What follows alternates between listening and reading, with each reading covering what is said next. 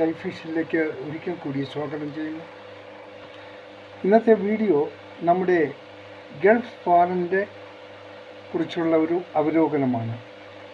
നമുക്കറിയാം, ഇപ്പോൾ ചെറിയ ചെറിയ അറ്റാക്കും അതുമാണെങ്കിലും അന്തരീക്ഷം ഇപ്പോഴും സമാധാനപരമല്ല. ഒരു യുദ്ധകാർമേഘ തന്നെയാണ് ഗൾഫ് മേഖലയെ മൂടപ്പെട്ടിരിക്കുന്നത്. ഒരു പക്ഷേ സന്ധി സംഭാഷണങ്ങൾ ആരംഭിച്ച് ഇതിനൊരു അവസാനം കണ്ടെത്താം. പക്ഷേ എങ്കിൽ തന്നെയും ഗൾഫിലുള്ള ആ ഗൾഫ് മേഖലയിലുള്ളവർ അത്ര സമാധാന അന്തരീക്ഷത്തിലല്ല അവരുടെ ഓരോ ദിവസങ്ങളും അവർ പിന്നിടുന്നത്. എങ്കിൽ തന്നെയും സമാധാനം എത്രയും വേഗം പുലരട്ടെ എന്ന് നമുക്ക് ആസ്വദിക്കാം. ഇനി പറയാനുള്ളത്, ഇന്നത്തെ സാഹചര്യം അനുസരിച്ച് ഗൾഫ് മേഖലയിൽ യുദ്ധം തീർന്നാൽ തന്നെയും അവിടെ ഒരു റീബിൽഡിംഗ് പ്രോഗ്രാംസ് ഉണ്ടാകും. തീർച്ചയായിട്ടും പല നഷ്ടങ്ങളും ഉണ്ടായിട്ടുണ്ട്. അത് എത്ര കണ്ട നഷ്ടങ്ങൾ ഉണ്ടായിട്ടുണ്ട്, അതിൻ്റെ വ്യാപ്തി എത്രയാണെന്ന് ആരും ഇതുവരെ പറഞ്ഞിട്ടില്ല. അത് ഇപ്പോൾ അത്ര പ്രാധാന്യമല്ല. ഇനി ഒന്ന് മനസ്സിലാക്കേണ്ടത്, മുൻകാലങ്ങളിൽ ഉണ്ടായ യുദ്ധങ്ങൾക്ക് ശേഷം ഉള്ള റീബിൽഡിങ്ങിൽ ഉണ്ടായ തരത്തിലുള്ള ഒരു വലിയ വമ്പൻ പ്രോജക്റ്റുകളും ആ ഭാഗങ്ങളിൽ ഉണ്ടാകാനുള്ള സാധ്യതയില്ല. കാരണം ഇൻവെസ്റ്റ് ചെയ്യുന്നവർ വളരെ ആലോചിച്ച് ഒരു ഇൻവെസ്റ്റ്മെൻറ്റ് ചെയ്യാൻ ഉദ്ദേശിക്കുകയുള്ളൂ. കാരണം വളരെ സമാധാനപരമായ ഒരു അന്തരീക്ഷമായിരുന്നു മുൻകാലങ്ങളിൽ ഗൾഫിലുണ്ടായിരുന്നത്. ആ ഒരു സാഹചര്യം ഇപ്പോൾ മാറിക്കിട്ടി. എന്നാൽ സമാധാനം ആവശ്യമാണ്, എല്ലാവരും ആഗ്രഹിക്കുന്നു. ആ സമാധാനത്തിനായി സന്ധി സംഭാഷണങ്ങൾ തീർച്ചയായിട്ടും തുടങ്ങും, അതിന് ഫലവും കണ്ടെത്തും.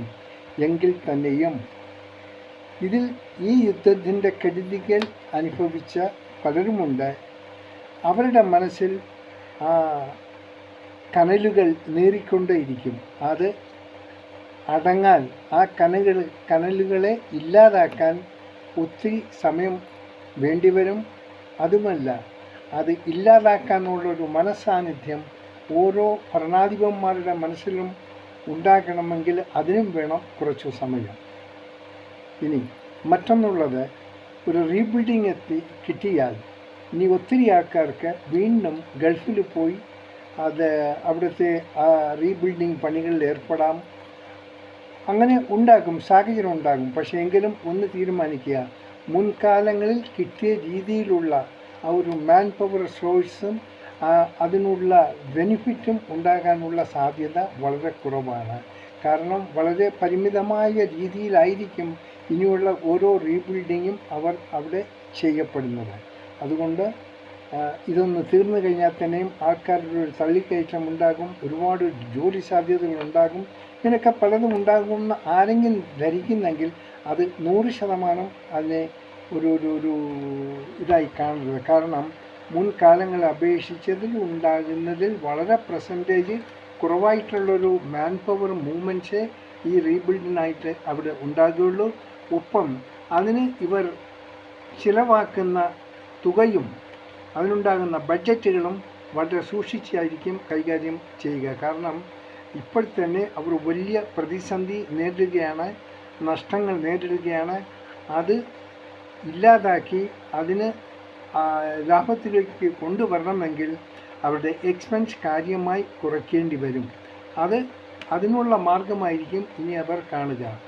ഒപ്പം അവിടെ സെറ്റിലായിരിക്കുന്ന മലയാളീസും, എല്ലാ മലയാളി സുഹൃത്തുക്കളും പ്രത്യേകം ശ്രദ്ധിക്കേണ്ടത്, നിങ്ങളുടെ ഇൻവെസ്റ്റ്മെൻറ്റ്സ് വൈസായ രീതിയിലായിരിക്കണം ഇൻവെസ്റ്റ് ചെയ്യേണ്ടത്. അത് എവിടെയുമാകാം, പക്ഷെ അത് നഷ്ടപ്പെടുന്ന രീതിയിലുള്ളൊരു ഇൻവെസ്റ്റ്മെൻ്റ് ആകരുത്. ഇപ്പം തന്നെ അറിയാം, സഡനായിട്ടാണ്. കാരണം ഒരു യുദ്ധം എന്നുള്ളത് അതിൽ ലാഭം ഉണ്ടാകില്ല, മറിച്ച് നഷ്ടങ്ങളെ ഉണ്ടാകും. എന്നാൽ ഇതിലൊരു കൂട്ടരുണ്ട് ഏറ്റവും കൂടുതൽ ലാഭം കൊയ്യുന്നവർ. അവർ ആയുധ വിപണനത്തിൽ ഏർപ്പെട്ടിരിക്കുന്നവരാണ്, ആയുധം മാനുഫാക്ചർ ചെയ്യുന്നവരാണ്. അവർക്ക് 5 വർഷം 10 വർഷത്തിലൊരിക്കൽ ഒരു യുദ്ധം അനിവാര്യമാണ്. എങ്കിൽ മാത്രമേ അവരുടെ ആയുധങ്ങൾ വിറ്റഴിക്കാൻ പറ്റൂ. അതിനുവേണ്ടി അവർ പല തരികിട പരിപാടികളും അവർ കാണിക്കും. അതിൽ വീണുപോണ ചില രാഷ്ട്രത്തലവന്മാർ കാണും, അവർക്കും കാണും ലാഭം. അപ്പോൾ ഇതിൽ പെട്ടുപോകുന്നത് പാവം ജനങ്ങളാണ്. ജനങ്ങളുടെ സ്വത്തും അവരുടെ സമാധാനവും നശിക്കും. ഒരു ചിലർ അതിന് ലാഭം കൊയ്യും. അതുകൊണ്ട് ഞാൻ പ്രിയപ്പെട്ട എല്ലാവരോടും പറയുകയാണ്, ഗൾഫ് എന്നുള്ളത് മൊത്തം തകർന്നു പോകില്ല. ഗൾഫ് ഇങ്ങനെ തന്നെ കാണും.